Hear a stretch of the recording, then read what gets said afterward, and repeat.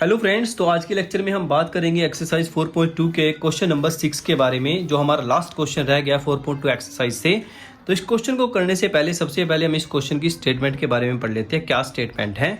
एक cottage industry produce a certain number of pottery articles.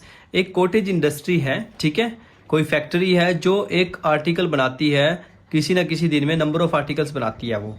तो it was observe on a particular day, एक दिन ये चीज ऑब्जर्व की गई that the cost production of each article was 3 more than twice the number of article produce in a day.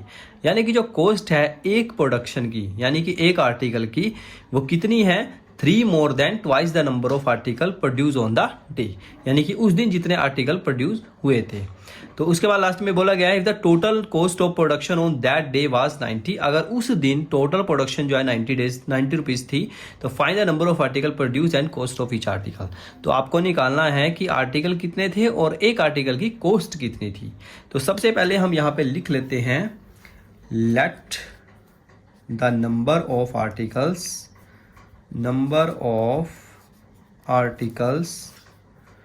Produced on day, उस दिन number of article produce हुए x, होने वाले कि उस दिन जो है x आर्टिकल प्रोड्यूस हुए थे, ठीक है।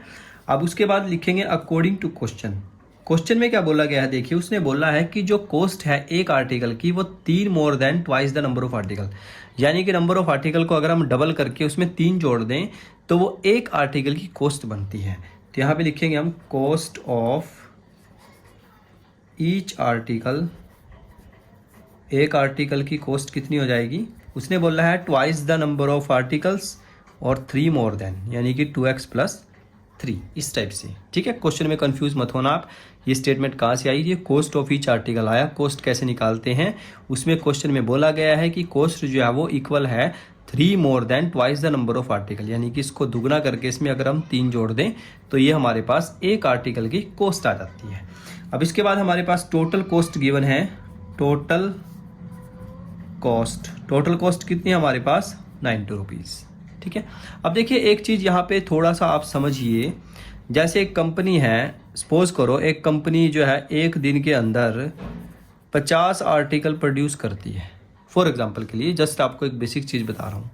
अब एक कंपनी एक दिन में 50 आर्टिकल बना रही है और एक आर्टिकल की जो कॉस्ट है, एक आर्टिकल की कॉस्ट जो सपोज करो 2 रुपये है, ठीक है। 2 रुपये का एक आर्टिकल है और एक दिन में वो 50 आर्टिकल बनाती है, तो टोटल कॉस्ट कितनी हो जाएगी? टोटल कॉस्ट को हम कैसे निकालते हैं कि उस दिन कितने आर्टिकल प्रोड्यूस हुए और एक आर्टिकल की कॉस्ट कितनी थी, यानी कि उस हिसाब से तो 100 रुपये कॉस्ट होनी चाहिए, ठीक है। ये जस्ट एक एग्जांपल के तौर पे मैंने आपको बताया कि एक दिन में कोई कंपनी अगर 50 आर्टिकल प्रोड्यूस करती है और एक आर्टिकल की कॉस्ट 2 रुपये है, तो टोटल कॉस्ट कितनी हो जाएगी दोनों की जब हम मल्टीप्लाई करेंगे। तो यहाँ पे इस क्वेश्चन में भी देखो ध्यान से, यही चीज़ गिवन है कि एक आर्टिकल की कॉस्ट हमारे पास है 2x प्लस 3 और नंबर ऑफ आर्टिकल हमारे पास है x और टोटल कॉस्ट इस बार हमें गिवन है। तो टोटल कॉस्ट कैसे निकाल लेंगे? यहाँ पे हम मल्टीप्लाई करेंगे किस किस का, यहाँ पे लिखेंगे number of articles multiplied by cost of each article, ठीक है। तो ये टोटल हमारे पास हो जाएगा।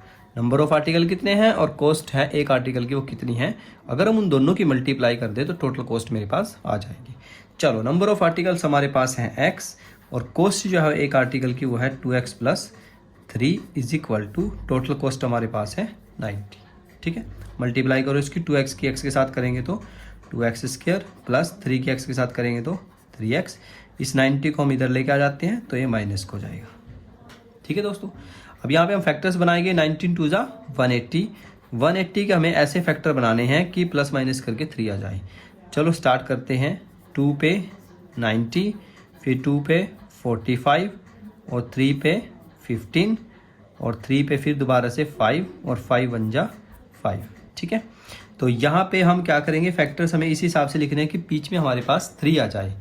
अब देखिए 3 कैसे आएगा, 3 तिया 9 और 9 दूनी 18, 5 दूनी 10, ऐसे तो नहीं आएगा। 3 दूनी 6, 6 दूनी 12 और 5 दिए 15, ठीक है। यहाँ से आएगा, देखो 2 दूनी 4, 4 दिए 12 और 5 दिए 15।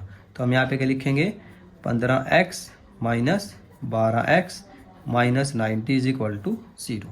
अब इन दोनों में से हम कॉमन क्या लेंगे, कुछ भी कॉमन नहीं आएगा, सिर्फ x कॉमन आएगा। ठीक है, क्योंकि यहाँ पे 2 है, यहाँ पे 15 है, तो 2 और 15 में से कुछ भी कॉमन हम नहीं ले सकते, तो सिंपली x कॉमन आएगा। तो यहाँ पे हमारे पास बचेगा 2x प्लस x यहाँ पे बाहर आ जाएगा, यहाँ पे बचेगा हमारे पास 15। इन दोनों में से क्या कॉमन लेंगे हम, माइनस के 6 क्यों कॉमन लिया हमने माइनस का, इसलिए लिया क्योंकि हमें बीच में 2 चाहिए। तो 6 2 जा 12 और 15 पे ये कैंसिल हो जाएगा, तो प्लस का जाएगा इज इक्वल टू 0। तो यहाँ पे हमारे पास 2 फैक्टर बनेंगे, 2x प्लस 15 और साथ में x minus 6 is equal to 0। तो x की 2 वैल्यूज आ जाएंगी, 2x plus 15 is equal to 0 और एक आएगी x minus 6 is equal to 0। तो 2x is equal to minus 15, x is equal to minus के 15/2 और x की वैल्यू हमारे पास आ जाएगी 6। ठीक है, तो 2 वैल्यूज हमारे पास आई। देखिए अब दोनों में से वैलिड कौन सी है। वैसे ज़्यादातर केसेस में हम नेगेटिव वैल्यू को नहीं लेते हैं, तो इसका भी एक रीज़न है। यहाँ पे भी नेगेटिव वैल्यू को हम नहीं लेंगे, पॉजिटिव वैल्यू को ही लेंगे। ठीक है, क्यों लेंगे, क्योंकि जो x वेरिएबल है वो किसके लिए है, नंबर ऑफ आर्टिकल्स के लिए। नंबर ऑफ आर्टिकल्स कभी भी नेगेटिव नहीं हो सकते, इसलिए हमें x की वैल्यू को 6 लेके चलना पड़ेगा। ठीक है, तो यहाँ पे हम लिख लेते हैं इसको, थोड़ा सा मैं यहाँ पे करके दिखा देता हूँ आपको।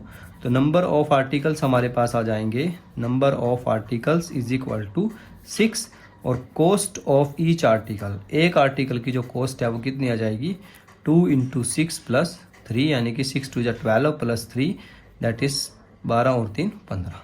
तो अगर हम इनकी मल्टीप्लाई भी करें तो 15 × 6 = 90 ही आता है। इसका मतलब क्या है, हमारा आंसर जो है वो बिल्कुल सही है। ठीक है दोस्तों, तो आज के इस लेक्चर में हमने बहुत ही सिंपली तरीके से इस चीज़ को समझ लिया है कि क्वेश्चन जो हमारे पास किसी भी टाइप से आए, कोई फैक्ट्री का आए या कोई भी कॉस्ट से रिलेटेड क्वेश्चन आए, तो उसको हम आसानी से कर सकते हैं। ठीक है, तो आपके पढ़ाई के लिए बहुत ही इंपॉर्टेंट है ये क्वेश्चन। ठीक है, एग्जाम में आपके पास आ सकता है, इसका आप स्क्रीनशॉट लीजिए और उसको फोटोकॉपी जरूर कराइए।